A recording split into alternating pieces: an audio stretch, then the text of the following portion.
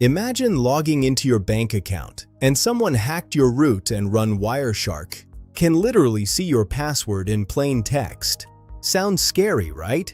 That's exactly what happens with HTTP. Let's understand why and how HTTPS fixes it. In today's video, let's understand the difference between HTTP and HTTPS in a simple and practical way. HTTP stands for HyperText Transfer Protocol. It's the foundation of the web, used to fetch web pages from a server to your browser. By default, HTTP uses port 80. So when you type HTTP www.google.com, your browser connects to the server on port 80. Now, servers actually have up to 65,535 ports, and developers can run HTTP on any custom port. For example, http://www.google.com 567 means the service is running on port 567. But if no port is mentioned, it always defaults to port 80. Here you can show in Wireshark how the client connects to the server on port 80. Now here's the big problem. Let's say you're logging into a website like Netflix using HTTP. You enter your email and password, but everything is sent in plain text. Now imagine a hacker hacked your Wi-Fi router running Wireshark. They can literally see your username and password. Here you should display how credentials appear in Wireshark capture, and this is a serious security flaw. So the solution is HTTPS. HTTPS, sure, HTTP plus secure. It uses port 443 by default.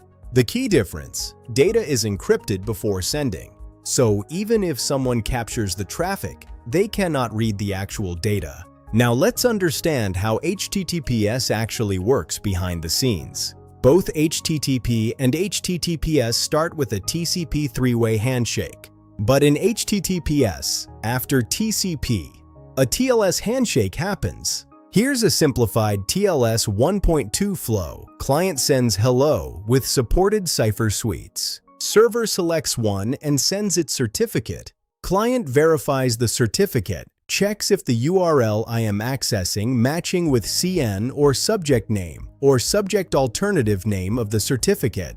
Also, client checks if that certificate authority present in my client trusted root certificate authorities or not. If no, then browser gives connection is not secure error. If yes, client extracts the public key. Client generates a random key and encrypts it using server's public key and send to server. Server decrypts it using its private key. Now both client and server share a secret key. From this point, all communication is encrypted using that shared key. So even if a hacker captures the traffic, they only see encrypted data, not your password. So in simple terms, HTTP captures no security, HTTPS captures encrypted and secure. That's why today almost every website uses HTTPS. You should inform there is Telegram and Instagram link attached in video description. Contact us for scheduling mock interviews, interview guidance, and questions. If you found this useful, hit like and subscribe for more simple tech explanations. Happy learning!